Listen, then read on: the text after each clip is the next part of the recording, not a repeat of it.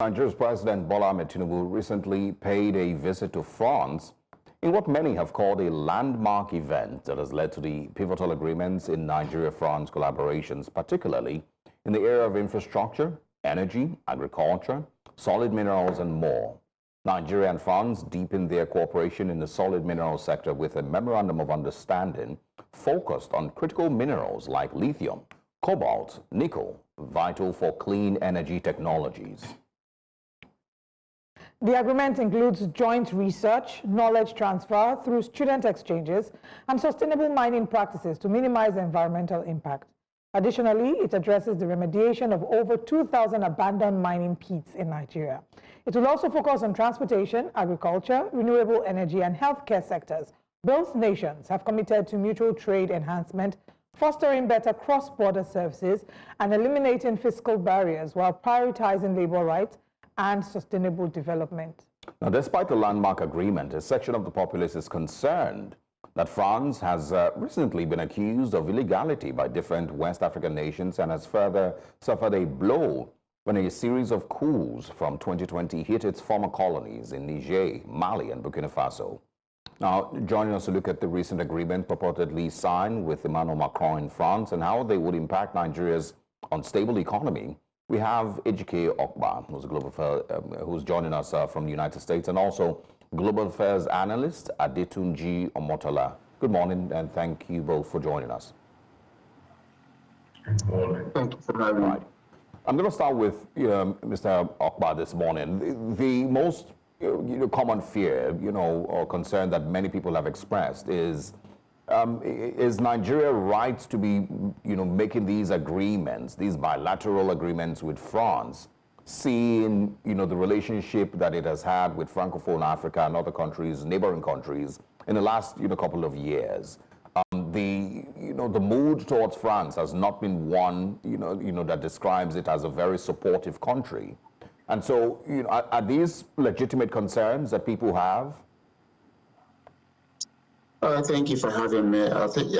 It's legitimate because France is francophone and Nigeria is anglophone. I think in recent memory, this is first time a Nigerian president is going to such a country that didn't colonize Nigeria, and a country that most West African countries have tried to walk away from or walked away from. So Nigerians are concerned to start wondering why did Tinubu go there. This agreement, I don't even know whether anybody has reviewed it and what is in the agreement. But, there shouldn't be any big excitement about it because this is just a memorandum of understanding. Until you see the French companies or see money being sent to Nigeria as a result of that, then maybe there'll be reason to celebrate. But so far, it's just another trip that Tinubu has made. Tinubu is, your traveling sales president who, when you look at it, I don't know what he has sold. Because for more than a year now, he's been in office. You can look at what is happening to the Naira. The Naira Tinubu has witnessed or continued to be a witness to the devaluation of Naira in a year of being in office. So nothing he has said or nothing he's promised has given the Nigerian economy confidence, and that confidence is measured based on stability of the Naira. And the Naira has been a basket currency. It has been eroding ever since he came to power. All right, let's bring in Mr. Omotola into the conversation as well to find out if you share similar sentiments regarding what the relationship or the seeming relationship between Nigeria and France. Do you share similar sentiments with Mr. Okpa? Yes, your guest is very much on all fours. Well, I'll be on all fours with him. Firstly, as you very well know, in the past few years, there's been a lot of topsy-turvy between France and its former colonies, especially Mali, Guinea, and Burkina Faso. In fact, they've been kicked out of this country. They don't want to have anything to do with France. And of course, as you well know, most of the countries that are French colonies, former French colonies, I don't think there's a single one of them that is a model for development in Africa. So whether it's Senegal, Cote d'Ivoire, even, I mentioned some of the other ones, Mali, Guinea, Togo. That's where you have guys who are sitting in office for 40 years, 35 years, and the resources are being extracted. And then you have on top of that insurgency and conflicts from Chad to Mali. So the French don't really have much to offer Africa. In fact, I don't think any country, no matter how powerful, has much to offer Africa. Africa will have to dig itself out, and that's why we're excited about the Africa Continental Free Trade Area. But then again, there's more talk than action. I think, but on the lighter side, I mean, the president has been traveling to France on a regular basis. So maybe with this latest junket, they wanted to give it a cloak of opportunity that we have signed a document or an MOU with. So this for me is just a show, because the president is also on his way to South Africa. He'll come and sign another raft of agreements and nothing will happen.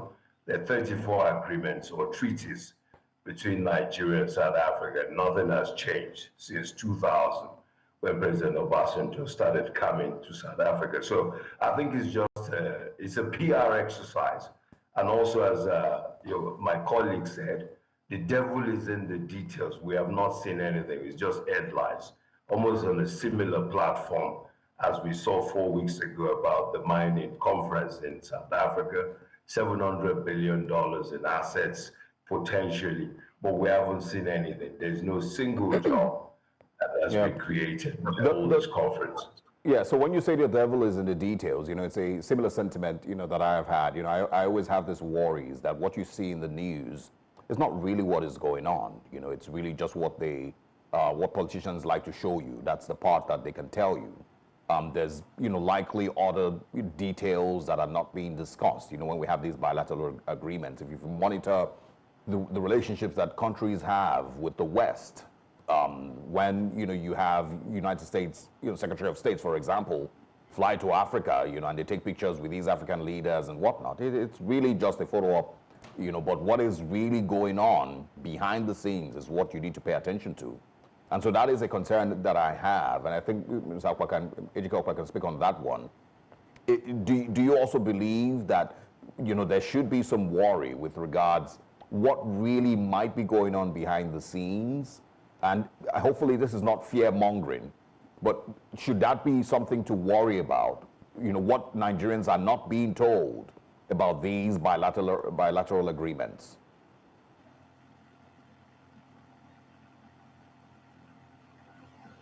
After what is democracy, so many go back to 1999 when this whole thing started. Thanks to my colleague here who mentioned Obasanjo. When Obasanjo came to power, if you had 1 million naira, you had an equivalent of $12,000. Okay, so 25 years. If democracy is a panacea or is a factor to enable economic development, by now maybe naira should have been $50,000 or 25. That is doubled what it was when they started in 1999, but it hasn't been the case. So today, 1 million naira is an equivalent of something like $600. Any Nigerian who knows what this means should be shaking their head. Why, how have we gotten here? Why have we gotten here? You have all these presidents, go all over the world, any little invitation, they hop in the plane. It's like there's no restriction. The National Assembly is a rubber stamp. They don't question the president. So if they can't question the president, why do you even have a National Assembly? Why do you have the senators? Why do you have the House members? But everybody's sort of like, hey, even the president, is he going to invite them? So, Tinubu has been, again, the one who has shown he's abusing the authority of the presidency. When he became president, a friend of his who came to Dallas said, hey, would you write him? I like your ideas. I wrote him, I said, Mr. President, what you need to do is go and talk with Nigerians. Go to each of these 6 political zones, invite the people to a place, or hop to every state capital. It's not to go see the governor, have a town hall meeting. And I said, hey, this is what I inherited. This is the challenges I have. What do you guys just talk? Be quiet for a minute, ask people to tell you what they think needs to happen. Mr. President hasn't done it. Maybe he did it, Nigerian media didn't carry it. But every little thing, Tinubu is in the plane. Whether he's going for a stomach upset that he wants to find a cure or they get treated by foreign doctors or anything, he travels. And so it makes you wonder, is the plane a private thing for him, or is it actually, to enable him to do the job as a president? Does he have to go to everything that is invited to? You have foreign ministers, you have minister of trade or commerce, whatever, send them, sit at home, deliberate on the challenges. Nigerians are suffering, and there's nothing anybody has done since Obasanjo to now to sort of address it and give Nigerians the confidence. What has France got to do? France is an exaggerated Western country that has nothing. Those of us that live in America, we don't even have French cars being sold in America. What does that tell you? The Peugeot they do at the Citroën, nobody buys those things. What technology is it that they have? Macron is not an effective leader. In fact, if you go back now, the French government is looked upon being about to collapse because the prime minister is not getting anything done. They have a huge deficit and they try to hike the prices of taxes on certain things in order to make up, and the French people still don't want it. So does it mean Nigeria intelligence or Nigerian foreign ministers don't look at this and Mr. President, here are the issues where you are going. We don't really have to go there. France has more gold reserve than all the African countries that are producing gold. France has no gold mine. All France is doing is going to some of these weak African countries and trying to impress them. The reason that Air Afrique, if you remember, there was this airline that France had at the time that was hopping all over Africa.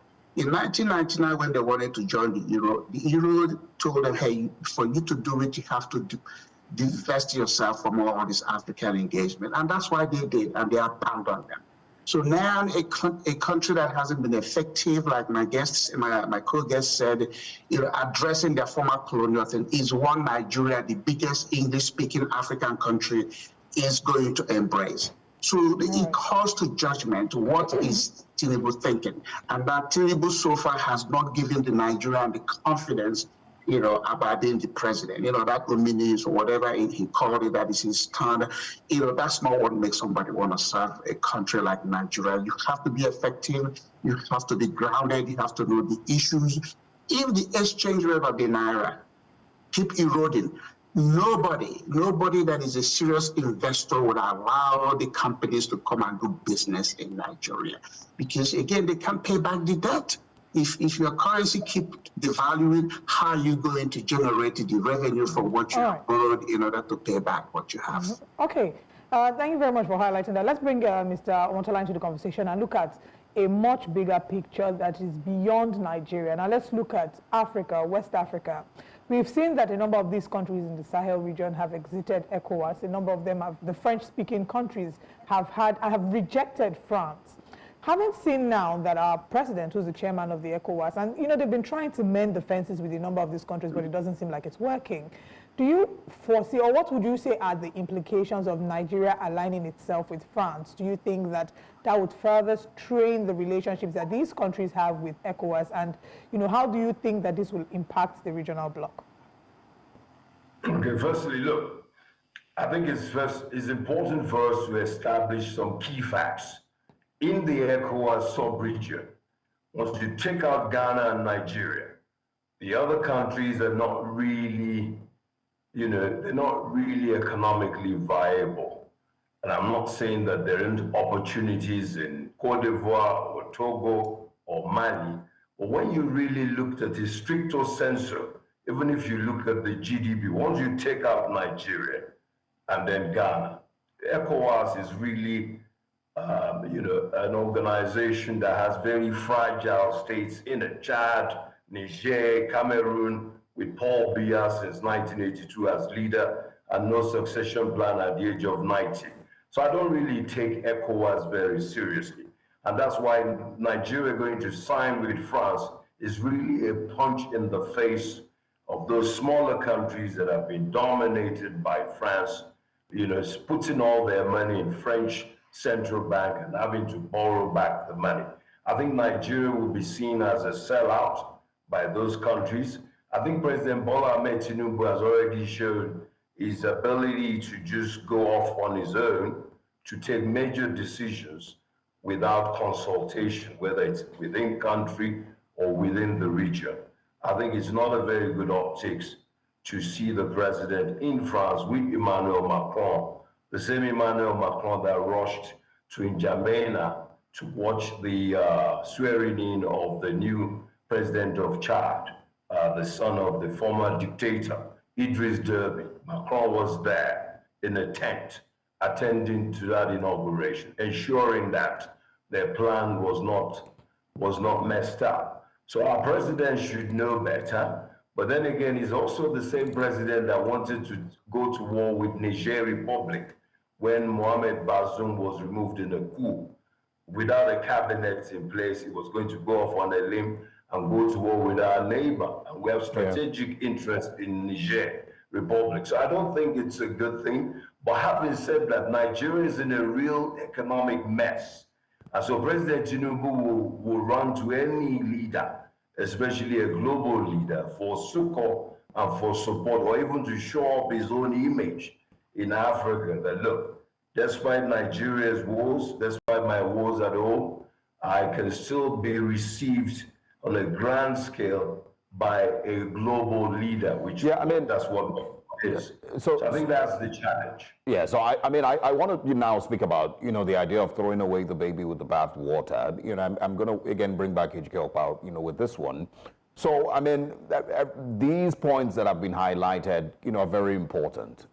The ECOWAS point, the relationship with Francophone Africa, what France has been known for with regards to its relationship with African countries. But Nigeria at this point needs help. And just like Mr. Omotai has highlighted, Nigeria needs help. And so, can you excuse the Tinubu administration for seeking help where it can find it, regardless of what it would, cost on the public image or whichever point you can make? Can you excuse him for seeing that our solid mineral sector desperately needs help in order to revive it and be able to make billions, hopefully billions of dollars from the solid mineral sector every year? Is this, something that we can lean towards and say, okay, well, this is going to be a, great benefit of this bilateral relationship, reviving the solid mineral sector, and that's why Dele Alake was there. And so ignore the other things that people are pointing out about the fears. Ignore the fear-mongering concerning what France's relationship has been with other countries, and focus on the billions of dollars that can be made from France helping us to revive our solid mineral sector. Is that, something we can look at? Again, there's nothing to look at. This is more about shield and substance. Okay, France has nothing to offer. Okay, if you're talking about the mineral sector, now I'm asking you the question, what is the global mineral company out of France? And mark you, the French president is not going to tell any French publicly traded company to go do business in Nigeria. It is not his call. It's not like in Nigeria where the president can tell NNPC what to do. Some of these Western countries, their companies are global, they are publicly traded. The board of directors have to make a decision, and that decision has to be what that will bring what they call the shareholder value. So what is that company? Are you trying to borrow money and then you lend it to the Nigeria, or are you going to get both money and the equipment and the company? So it's not just borrowing money. You have to remember in economics, what matters are the terms and conditions. There are a lot of capability in Nigeria. What it doesn't exist is so far the Nigerian government through its various agencies haven't been able to channel and capture those talent in order to be productive in what they have to do. So borrowing money, what creates wealth actually is equity and debt. So when you borrow, which then becomes the debt, you have to look at, can I generate the revenue from the debt in order to do what? Pay back. If you want to borrow money in Nigeria, look at the terms and conditions. And why are you doing that? Where is your exchange rate? Again, that money has to be paid back. If it's borrowed in euro, you got to exchange it in naira to go pay it back. I'm just saying that Tinubu has not sat down properly, hold himself to his seat in office and said, hey, I don't need all this relationship. I need to have one good relationship in order to drive this. And that relationship has to be with the Nigerians. He has not endeared himself to the Nigerian people. All he does is hop in the plane, any opportunity he goes, and then he go to do what? You go to go say, oh, I'm here to promote something, give me time. And then again, it makes you wonder, why would the president of Nigeria and the president of France, you have a minister, look at the picture, look at the three of them. You know, you try to figure out who is who. He and Macron should have been the one, the minister should have been the person in behind, and then you hand him the document. You know, it makes it look like the minister is the president, while, you know, what is his name? Tinubu is out there to cheer up. So again, the Nigerian image has been damaged because all past Nigerian presidents don't know how to promote what Nigeria really wants. You have capable Nigerians that are outside of Nigeria. You have no fund, you have no lending capacity, you have no institution that is sympathetic to the Nigerian situation, nor the World Bank, which can lend money to private sectors, nor the IMF that comes in to stabilize, you know, government deficit. So none of those. So how are you going to all of a sudden go to France? Again, France is not considered an effective country in the world. The reason is because it's a white country, is in Western Europe. Other than that, there's nothing coming out of France. Does it even matter to you? I mean, there's a report by the Nigerian Bureau of Statistics, the National Bureau of Statistics, I beg your pardon, and the report says that Nigeria's exports to France surged to over 3.9 trillion naira in the first half of 2024, and that there's a positive trade balance, that we've had more exports, and France has become our top export destination. Does that make any difference to your perspective about France not having? Yeah, but how much is trillion? I mean, a trillion naira is what, 600 and something thousand dollars, you know, times 3. So you're actually doing less than $2.4 billion. Okay, so is that something 200 million people should be jumping up and down and being excited? You know, again, you have to talk about what will impact the naira, what will stabilize the naira. It's not some of these little things here and there, and then they throw in the naira and in trillions and the billions, and then when you exchange it, it's really nothing. I'm just saying that France, this visit to France by Tinubu, you know, maybe down the road it will show something, but it hasn't. You know, when you look at the naira since this announcement has made, has there been any stability? You know, you look at the exchange rate, the interest rate, has there been any movement towards, you know, lowering the interest rate? All of those things is more like a show. Nigerians want substance. You know, the show of going everywhere and then even visiting with countries that are no longer relevant is telling the world that you haven't done your homework. You know, Warren Christopher, who was a former Secretary of State before Madeleine Albright, said before he left office, because he had a tour of African countries, he said France should hands off their grip on their former colonies. France is still one country that wants to remote manage, not only remote manage, they want to be in the forefront of what happens in these African countries. Nigeria has no business with France. I don't think they can do anything to help Nigeria. If you want help, you go to somebody who is stronger, not a country that is already weak. All right. Let's bring in Mr. Omotola into the conversation. Do you share same sentiments? I just mentioned to him that the National Bureau of Statistics has said that France has become Nigeria's top export destination, having exported 3.9 billion naira, so or trillion naira. That's approximately $2.4 billion. Does this make any impact? Do you think that Nigeria maybe has something to gain from France in this regard? Well, we should first of all look at that value in relation to our GDP. I think it's very minuscule. I mean, if you look at the fact that a company like MTN Nigeria is about $5 billion on the Nigerian Stock Exchange, and the Nigerian Stock Exchange is very, very small when you compare it to the $1 trillion market capitalization of the South African Stock Exchange. So in fact, our exports from oil Total exports from oil in 2021 was about $45 billion, which is just twice Dangote's wealth. So we really are not an export nation. We're not known for exports. Nigeria is known for importation. That is what our DNA is all about. We are very shy of exports. And with these minerals that we have that they bandy around $700 billion in value potentially.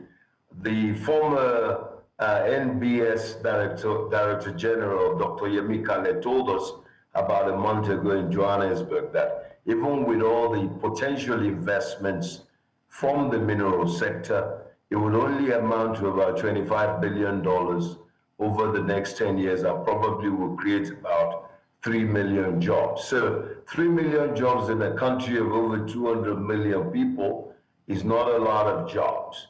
So we need to put all of these things in context. That's why I said, and that's why it's a pity that the opposition in Nigeria or the media, they don't do enough research.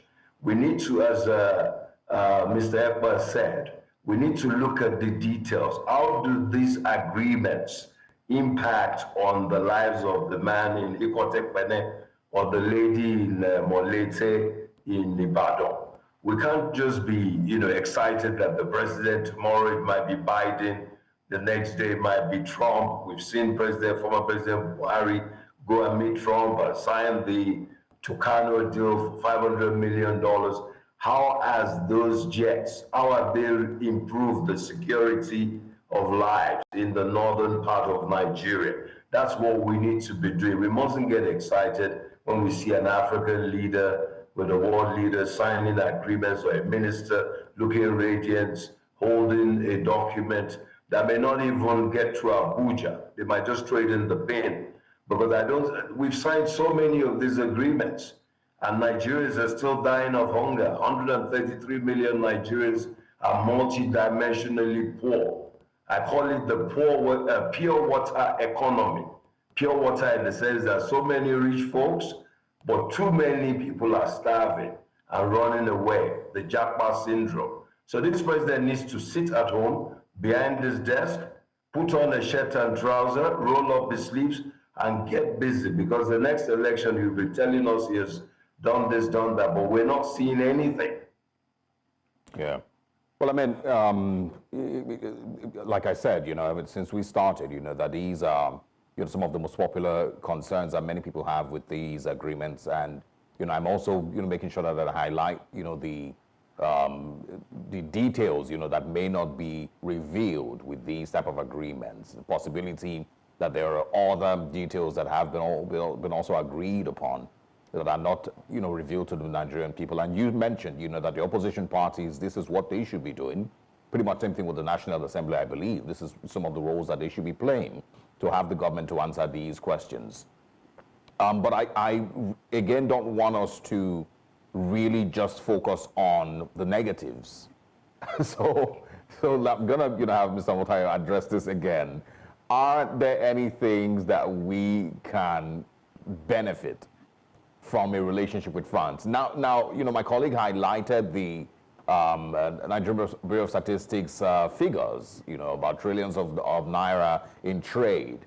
Isn't there a possibility that with stronger bilateral relationship with France, with these agreements, we will be able to improve on those figures? We would have maybe France become one of our top 3 trade partners.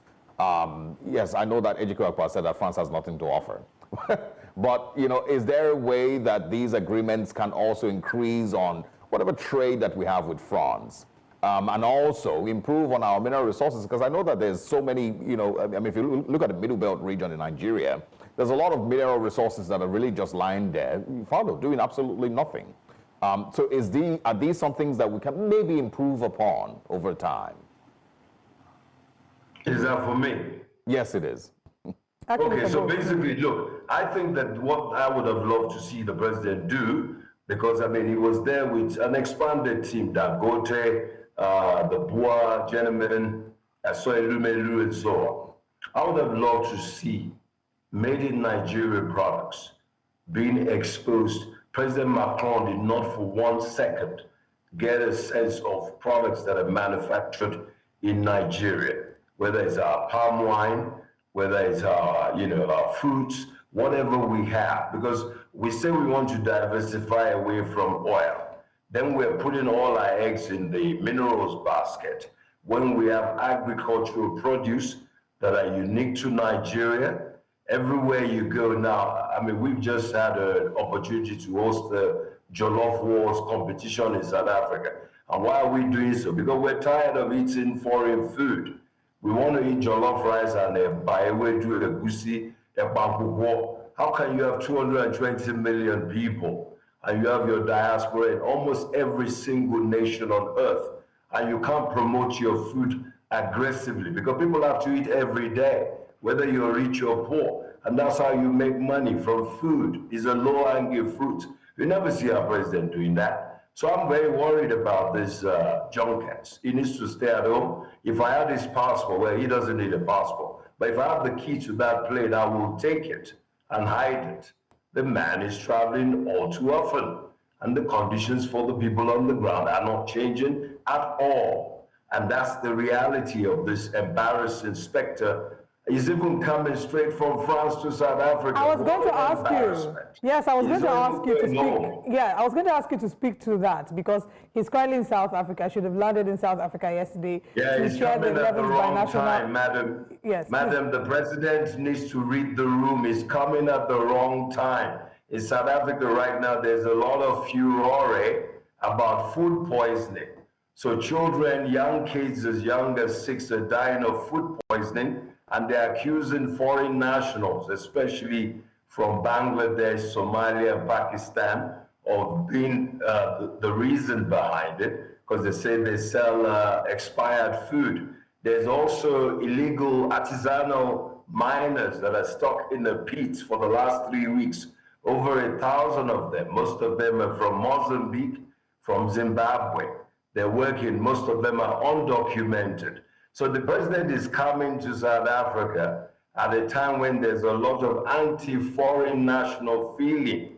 So he's not reading the room. South Africans are not going to be excited to see President Bola Ahmed Tinubu, and even Nigerians are not going to be excited, because their problems are immigration and their problems are even employment. There's a high underemployment of Nigerians in South Africa, and many of them can't get their papers because the Home Affairs for the last 4 years didn't even communicate with anyone. They wouldn't respond to you. So the reality is that the president needs to deal with bread and butter issues. All right. When he comes to South Africa, he must focus on the issues that affect Nigerians, especially those who are in South Africa, in situ. All right. I think my final question to Mr. Ejike Okpa would be, you said France has nothing to offer Nigeria. Which areas or which countries do you think that the president should be looking at? Or are you also of the view that the president has done enough traveling and needs to sit at home? But, I wrote an article some years ago, so what they call index of nations, okay? It is a simple principle in economics. It says scarcity creates value. The Nigerian presidents have made themselves scarce. They just always, anybody, in fact, I wouldn't be surprised if a group of, countries invited the president to a child naming ceremony, he will hop in the plane and go. Stay at home.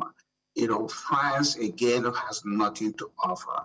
France is not a global economic power engine. Because what companies out of France, apart from their cheese and their wine and their crackers and stuff like that, is that what Nigeria should be looking forward to? The staple food of Nigeria is not being produced by France. I mean, the garri, the yam, the plantain, all these are things. These are tropical stuff. You have enough Nigerian agricultural economists or scientists who can sit down, if you are properly enabled, that will come up with a solution for some of these things.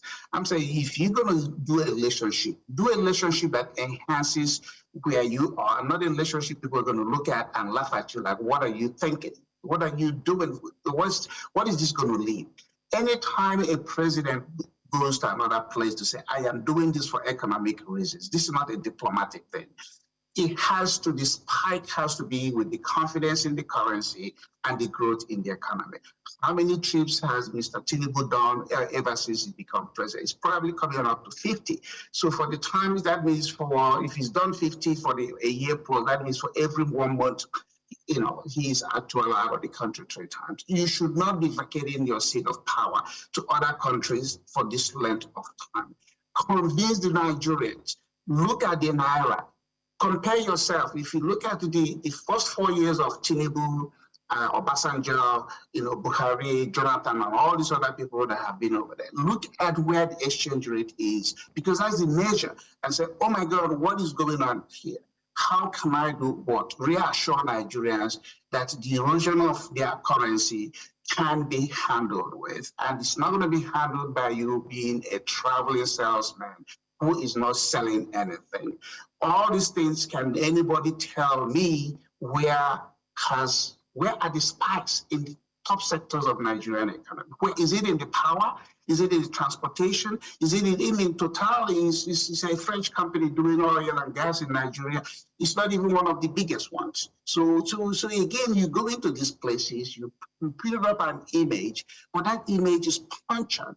Because even when Tinubu speaks, excuse me for saying this, you don't understand what he's saying. He may speak, but he doesn't really communicate. What happens in a relationship? You have to be able to communicate what your needs are to the other side, whether it's bilateral or multilateral. Nigeria has the benefit of a president that has what in America we call the gift of gab.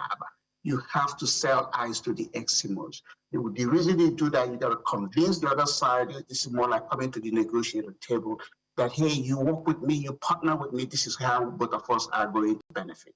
Nigeria hasn't gotten any.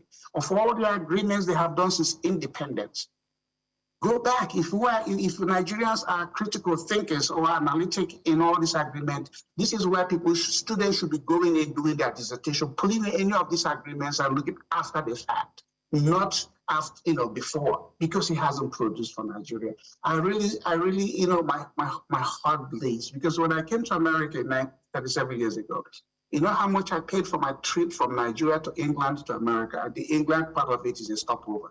It's 698 naira 50 kobo. Oh, wow. Can 698 naira today buy you a bottle of anything? Can it? But that's what I paid. In fact, the excess naira I had, I walked into my bank and they exchanged it to the dollar to help me open my first account. But today, if you take the naira as a currency to any bank outside of Nigeria, nobody's going to say, what is that? If you travel at the airport, you look at the exchange rate boards, you don't even see any African country listed. And so you have to begin to look at what are we doing? Is it the PhD that we don't have? Is there any university in the world that Nigerian hasn't gone and graduated? And then you have all these presidents who embarrasses Nigeria. When I looked at what Tinubu was saying when he just landed in France, I couldn't understand what the man was saying. When he talks to Nigeria, he sits down. Stand up. When you speak and you stand up to speak, you project better as opposed to when you sit down. These are some of the images. These are some of the optics the Western world are looking. When Trump met Buhari the last time, you know how he described him? He said he's lifeless. I.e., when you shake his hand, there's no vibe, there's no strength in it. That's how sometimes the Western world measures our people. It has nothing to do with what your title is. You look at your body language and then they watch you speak. You watch Tinubu speak before Macron, who could even be his son. He looks very weak. You are the most populous Black nation in the world. The Nigerian president should be such that when you speak, Black people all over the world should be excited. Right. When I met Martin Luther King's wife, excuse me, say this point, when I met Martin Luther King's wife in 1999, March 1999, when Obasanjo was in Atlanta as a president-elect, you know what that lady said? She said, if Nigeria is what Black people should be looking up to, the Black race is doomed. That's a powerful statement. Yeah. Okay. The Nigerian president has conveyed confidence for Nigeria as well as the Black race. They go all over the world, like children looking for a child naming party so that they can go get some candy. Don't do that. And unfortunately, when these things are highlighted, many people will tell you it doesn't matter. It does matter in the Western world. Trust, Yeah. it does matter. You know, in Texas is where you have the most Nigerians in America. Texas. But no Nigerian president or governor has ever visited Texas in an official capacity. When the Chinese president comes to America, you notice he doesn't go to Washington, D.C. Where does he go? San Francisco, where you have a whole lot of successful, powerful Chinese. The president of America will leave Washington, D.C. to go to San Francisco to meet the president. The Nigerian presidents come in, they want to go to UN, who we don't care about UN, and Washington, D.C. is a political capital. So you have to craft your own image. Remember, this thing is about image. And as you're crafting it, your country is benefiting because people say, oh my God, your president did this. I like the way he did that. I like the way he said that. Nobody says that about Nigerian president. All right. Come on, guys. We have to do what we have to do better than what Tinubu is doing. Tinubu is not selling Nigeria. He's selling himself. He's a very sick man. He can't communicate. Maybe he should get a bunch of people. He sit in front of them and speak and say, Mr. President, use this body language, use this word, because so far he's talking like an elementary. All right, gentlemen, thank you so much for joining us this morning. It's not the best picture that we have been able to paint. It does look like it's a gloomy look. I think that's what it looks like. But we will keep hoping for the best in Nigeria. Let's be we completely understand that. I mean, we completely understand. But unfortunately, you know, Nigerians want the best for the country. We want to see an improvement in the quality of life of Nigerians. And until we can measure the improvements, I don't think the Nigerians will be impressed by a number of the moves that have been made. Ejike Okpa, thank you so much for joining us. And Adetunji Omotola, thank you very much for joining us this morning. Thank you guys for keeping me awake, but that's all right. Thank you. You may now go back to sleep. Thank you.